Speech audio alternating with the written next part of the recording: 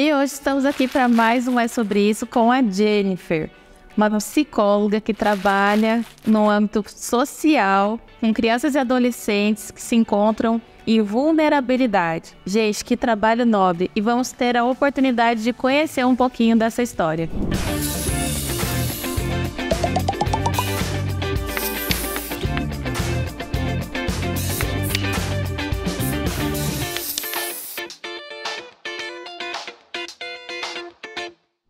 Seja muito bem-vinda, Jennifer.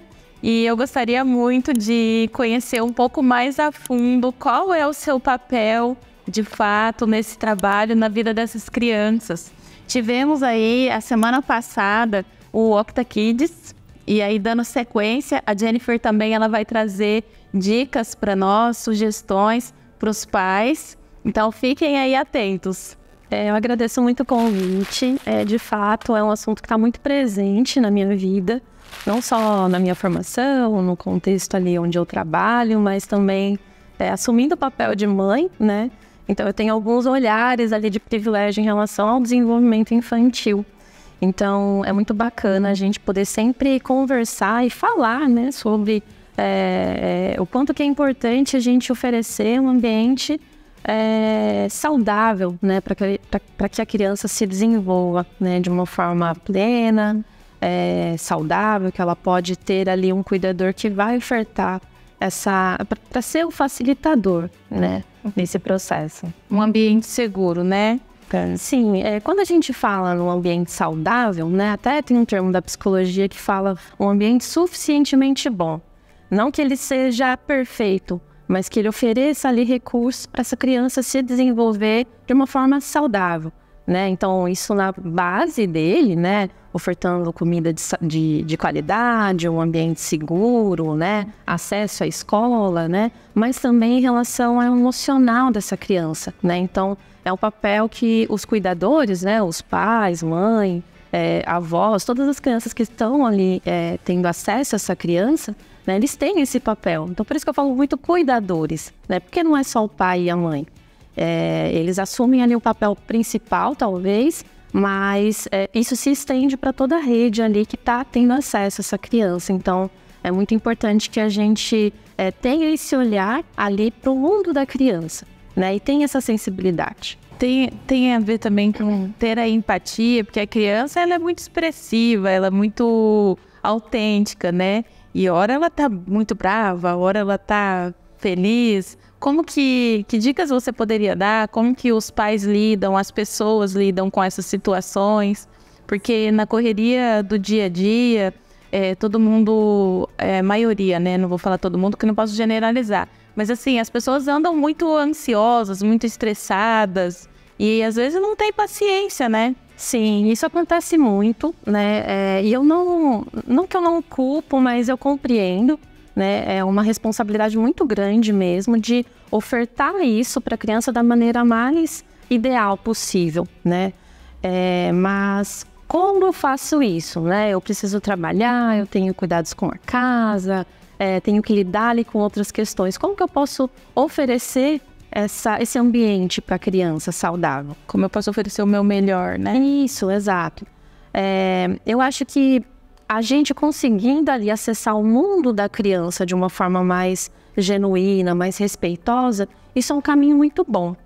Eu gosto de usar algumas situações que isso fica um pouco mais acessível, né? Então, se algum colega de trabalho, né, comenta ali com você, nossa, eu tive um problema com o cliente, eu acho que eu não vou conseguir apresentar ali meu projeto, eu não sei o que eu faço.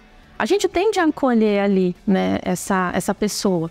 Então, nossa, mas o que aconteceu? Eu acho que eu tive um problema parecido, nossa, eu fiquei realmente muito estressada, nossa, isso me prejudicou. Sabe o que dá para fazer? Dá para fazer isso, né? Posso te ajudar se você quiser. Então, a gente realmente entende ali o que a pessoa está sentindo. A gente se coloca no lugar dessa pessoa. Porque é fácil, né? Você se colocar ali no lugar do outro, porque faz parte ali da sua realidade, talvez, do seu dia a dia. Quando acontece com a criança, a gente tende a minimizar o que essa criança está sentindo. Lógico que vem com um plus de muito choro, esperneios, gritos, né? E às vezes o ambiente não facilita ali que você tenha uma condução ali com a criança. Então, é muito importante que o cuidador ele tenha esse discernimento, esse cuidado, né? Então, eu não estou num ambiente que eu vou conseguir conversar com essa criança, ela está aqui muito exaltada. O que eu vou fazer? A gente conduz essa criança para um ambiente mais acolhedor, né? A gente vai estar ali para que aquela criança se acalme, né, de forma gradativa. Então, não vai adiantar você falar, não grita, né? Fica quieto, se acalma. A criança está ali agindo diante da situação com o que ela tem. Então, ela não tem um emocional maduro ainda para entender que ela não pode gritar, que ela não pode chorar naquele ambiente. Então, a gente precisa estar ali para aquela criança. A criança acalmou, o que eu vou fazer? Eu vou fazer a mesma coisa que eu faria com o meu colega de trabalho. Então, eu vou, né, olhar para os olhos da criança, eu vou falar o que aconteceu, rasgar minha cartinha de Pokémon. Mas é só papel, nossa, mamãe e papai compra depois para você. Não é isso, né? Então, é você entender a dor daquela criança. Então, o sentimento que está por trás da reação. Exato. Então, acolher aquilo, validar aquilo. Nossa, era o Pokémon que você gostava ainda. Poxa vida, você deve estar muito triste mesmo. Eu entendo por que você está chorando dessa forma. Vamos tentar ver uma outra alternativa? Será que dá pra gente consertar? E se uma outra oportunidade eu conseguir comprar uma outra cartinha, tá tudo bem pra você? Então, não é só resolver a situação, mas é como você conduz, é como você valida essa criança, o sentimento dela. E construindo essa base para um relacionamento saudável. E isso a gente chama de escuta escuta ativa. Escuta ativa. Então, é você verdadeiramente, né, acolher o que a criança está te falando. Então, se ela te fala, é porque ela tem essa confiança, né, em você. Então, é importante que ela tenha essa atenção, né, que você se coloque no lugar, né, dela, por mais distante que às vezes possa parecer, né? Aquilo que ela está trazendo é importante para ela e precisa ser validado. Exato, ter a empatia com a criança, né? Sim. Porque eu tive uma experiência recente onde uma criança relatou um medo. E ouvir a criança de uma forma e ressignificar aquilo também, para que ela se encoraje, né? E não deixe aquela barreira também limitar. Sim, porque ela pode até se privar de poder falar de outras angústias dela, né? Se o adulto ali, o cuidador, não acolheu aquilo, ela não vai mais confiar, né? Então, a gente tende eu gosto muito de falar que essa construção, ela é feita desde muito cedo, né? A gente tem a adolescência como desafio, né? Nossa, adolescência é a fase mais desafiadora. Ela pode ser, sim, mas se a gente não construir essa base saudável desde o início, essa confiança, você se colocar vulnerável também para a criança, né? Isso vai sendo construído e na adolescência talvez você tenha esse diálogo muito mais saudável para lidar ali com outras questões.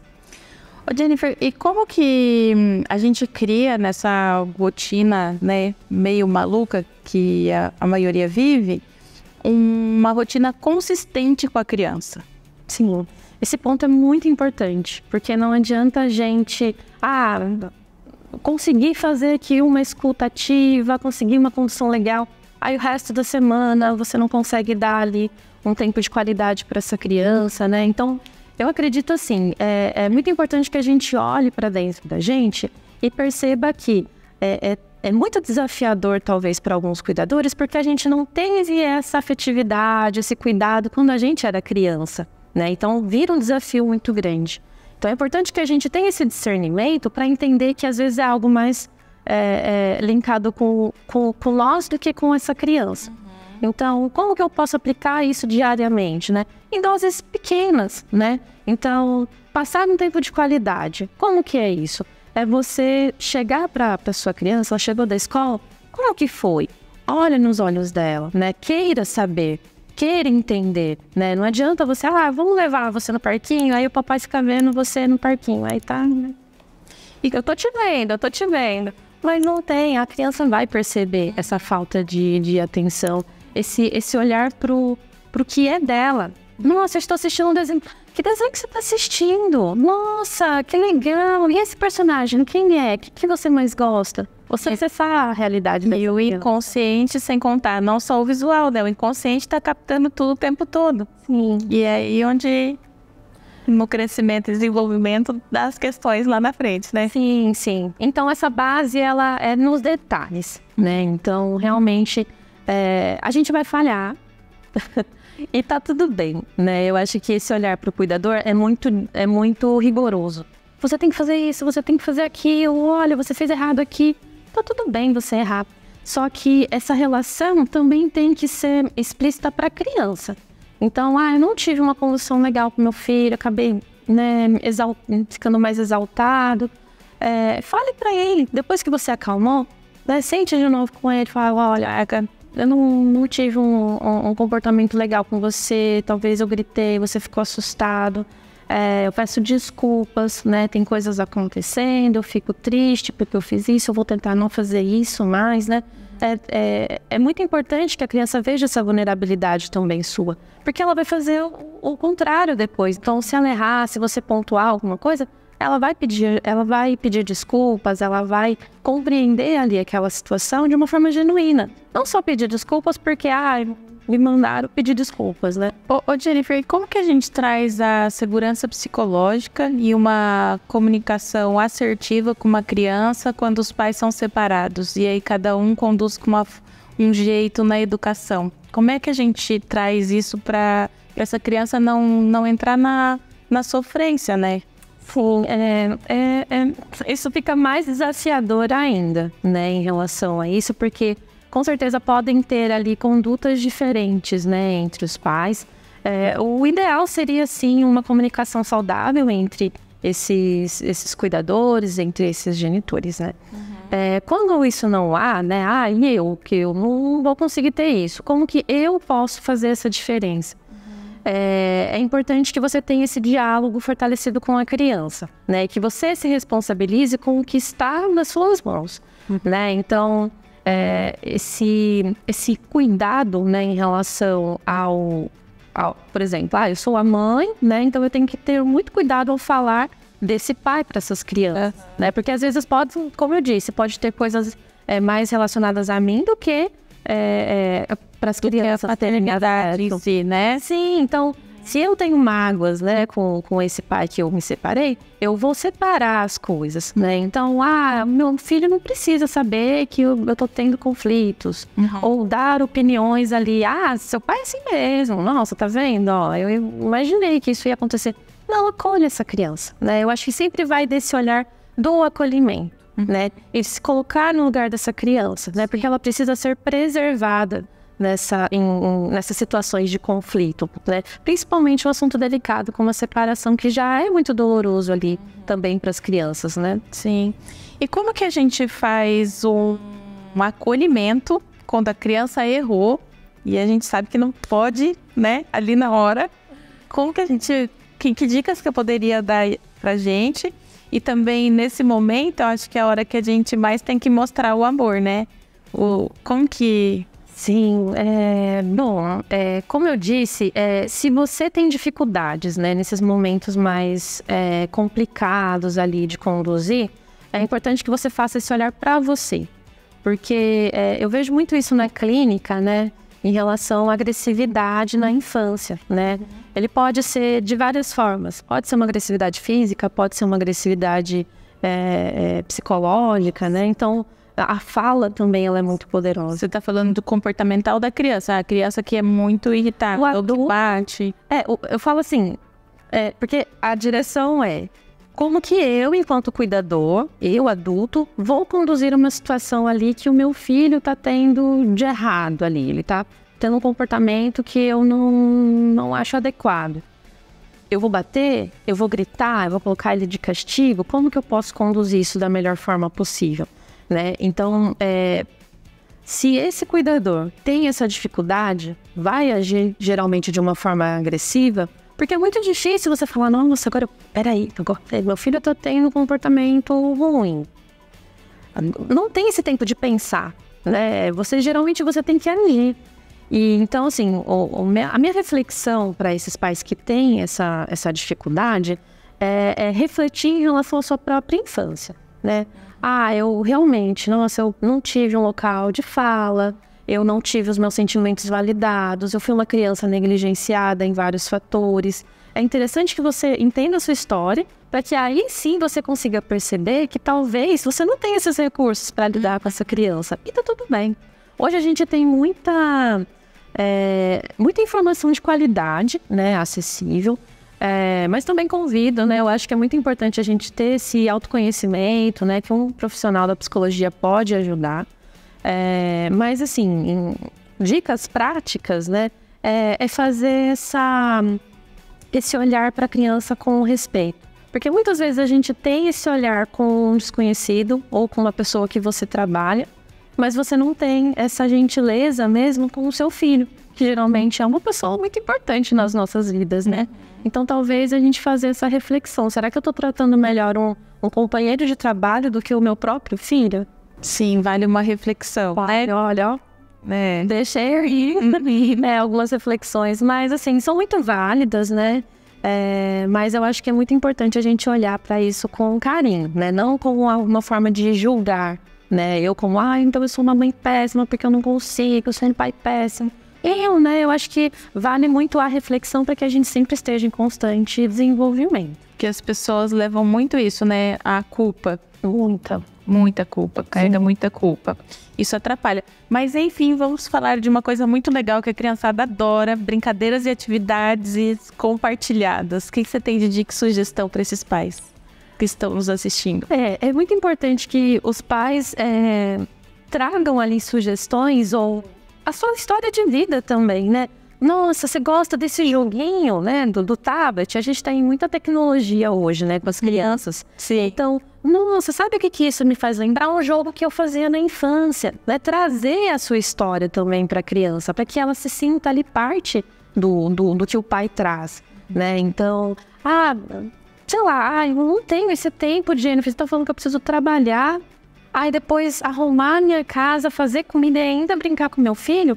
Pode não ser uma brincadeira, mas em algum momento você vai ter esse contato com essa criança. Na hora de dormir, nossa, eu vou contar uma história, eu vou fazer uma rotina com essa criança, né? Eu vou informar essa criança quando a gente vai ter esse tempo, se comunicar, fazer combinados, né? Então, assim, não tem...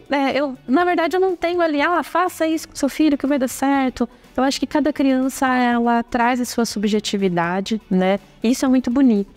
Então, para que você perceba quais são as atividades melhores ali para você fazer com o seu filho, você precisa olhar talvez mais para perto. O que ele gosta, quais são os personagens ali que ele se identifica, e como que é a vida dessa criança, para que aí sim você coloque coisas que vão fazer sentido para ela e para você. E é sobre isso, gente. Jennifer, muito agradecida, foi muito legal aí o bate-papo. E, gente, não combinamos, hein? A blusa! Parece... Deu tardinho. Raríssimo isso acontecer. Então, curta, compartilhe, divulgue aí para o maior número de amigos, pessoas, para a gente agregar valor, conhecimento na vida de um todo, né? Sim, vale muita reflexão. Sim, obrigada.